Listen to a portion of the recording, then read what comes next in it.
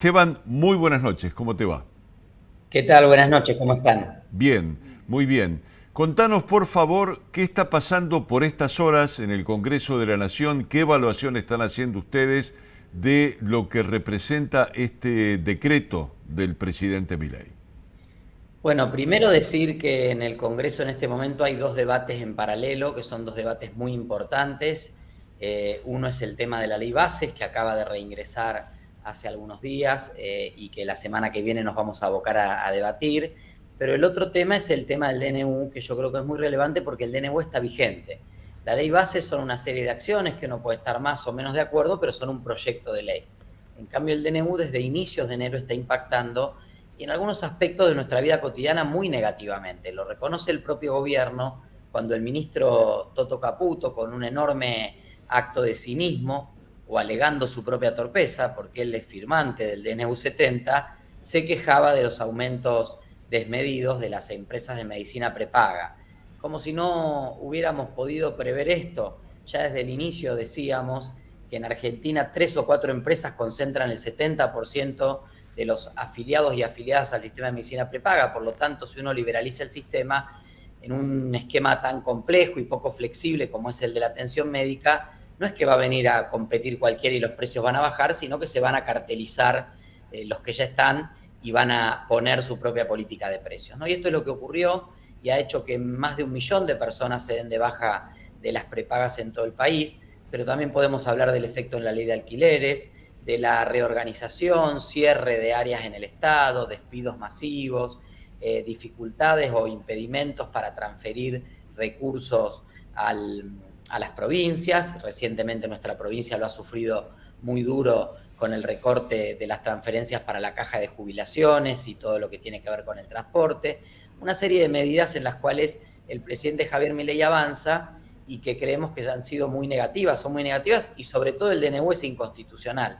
Uno de los constitucionalistas allí presente, Andrés Gil Domínguez, que es de enorme prestigio y nadie podría tildarlo ni de kirchnerista, ni nada por el estilo, Andrés planteaba que este DNU era groseramente inconstitucional. Y esto tiene que ver con que no solo uno no encuentra la necesidad y urgencia, sino que también sobre 6 condiciones que tiene que reunir un DNU para poder ser dictado, de acuerdo al control de constitucionalidad de los DNU que ha hecho la Corte en su jurisprudencia, este no cumple con ninguna.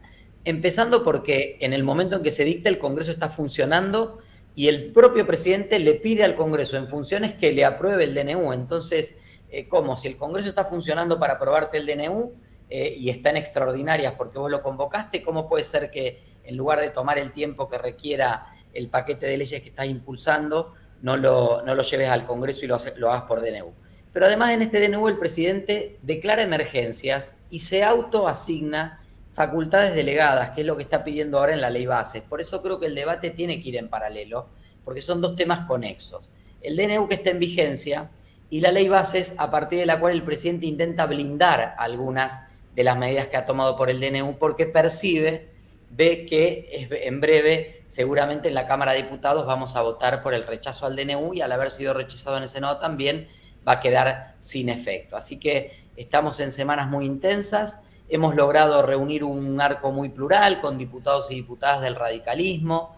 Yo estaba por el socialismo, obviamente también acompañado por Mónica Fein, que no pudo estar presente, pero que está acompañando toda esta movida. Pero también había diputados y diputadas de mi bloque más grande, de Hacemos Coalición Federal, Margarita Stolbizer, Natalia de la Sota, había diputados y diputadas del Frente Izquierda, de Unión por la Patria, obviamente, y algunos partidos provinciales, ¿no? Un conglomerado, una convocatoria bien plural que muestra que hay músculo y hay intenciones y voluntad en el Congreso, en la Cámara de Diputados, para tratar cuanto antes el DNU y obviamente rechazarlo.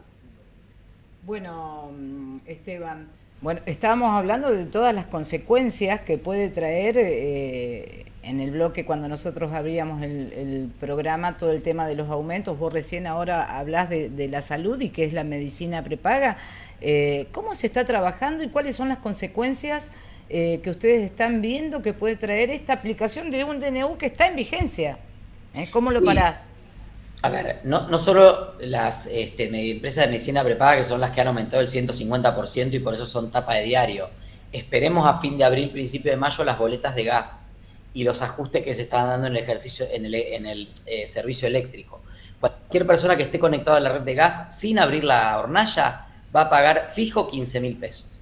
De allí para arriba con el consumo. Parte de la energía eléctrica, el 60% de nuestra matriz energética viene del gas. Esto va a impactar en toda la cadena de energía.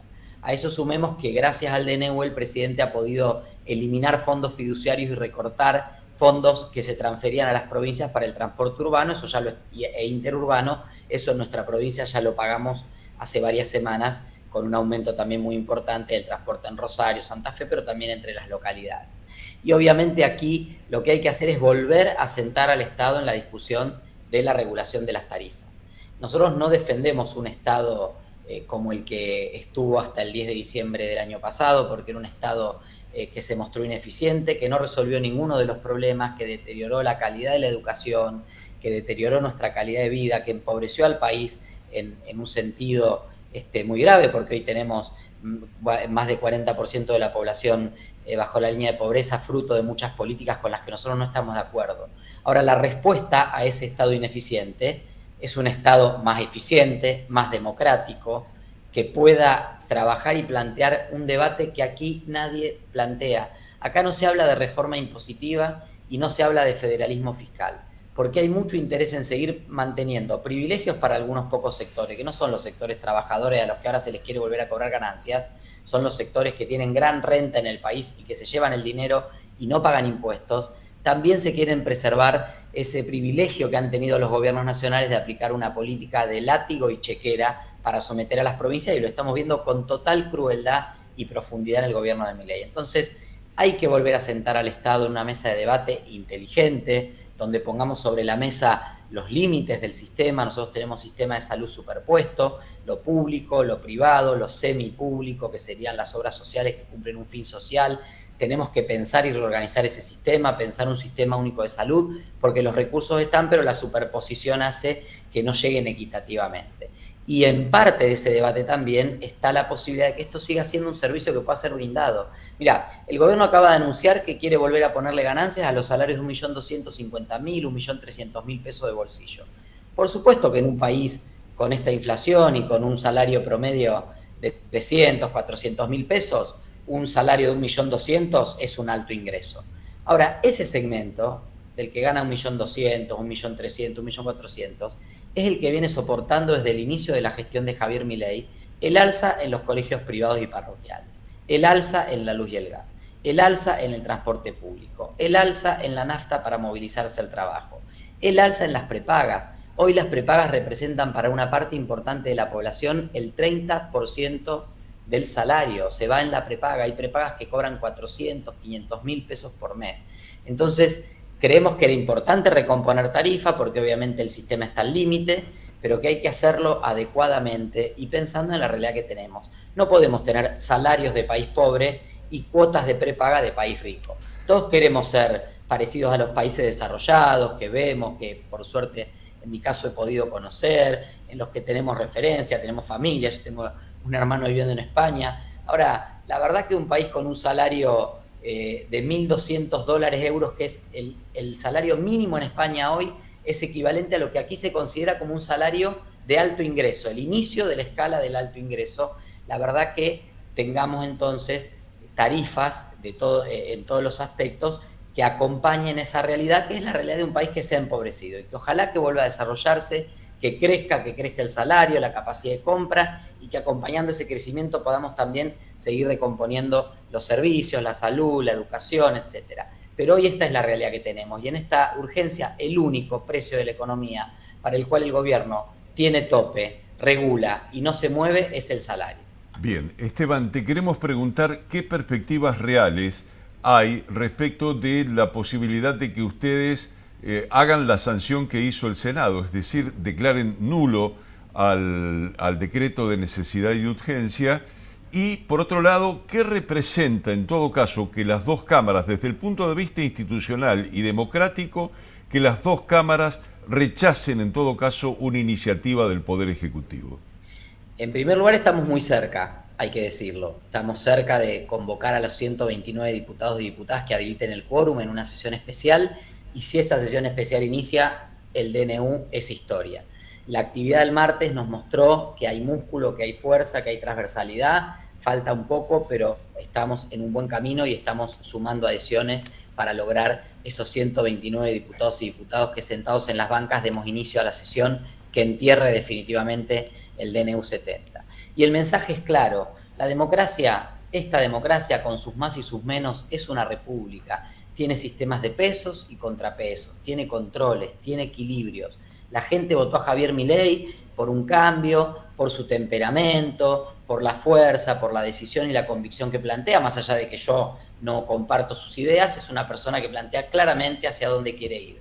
Ahora, también la gente votó un Congreso que lo controle a Javier Milei, porque esta pulsión autocrática que tiene, autoritaria que tiene el presidente, la mostró en la campaña y la sociedad la vio, por eso votó un Congreso plural, para que le ponga límites. El Congreso ya le puso un límite cuando la ley Bases en su primera versión cayó, era una ley invotable, imposible, extremadamente ambiciosa en cuanto a los aspectos y los temas que incorporaba, etc. El segundo límite se lo puso el Senado con el rechazo del DNU. El tercer límite se lo tenemos que poner en la Cámara de Diputados también con el rechazo del DNU. Y no es un tema contra el gobierno ni contra las medidas que tome, porque muchas de las medidas que están en el DNU, si las llevaran a leyes, serían votadas y serían aprobadas. Es una señal de que el sistema funciona, de que esta es una democracia, de que no vamos a permitir que se avasalle el sistema institucional y que desde el Congreso vamos a acompañar lo que creamos que es importante acompañar y vamos a seguir poniendo los límites que haya que poner. Muy bien. Muchas gracias, Esteban. Gracias por acompañarnos. Gracias a ustedes. Buenas noches. Buenas noches. Muy bien. La opinión del diputado nacional del socialismo en este bloque. Vamos a hacer una breve pausa. Ya estamos con ustedes.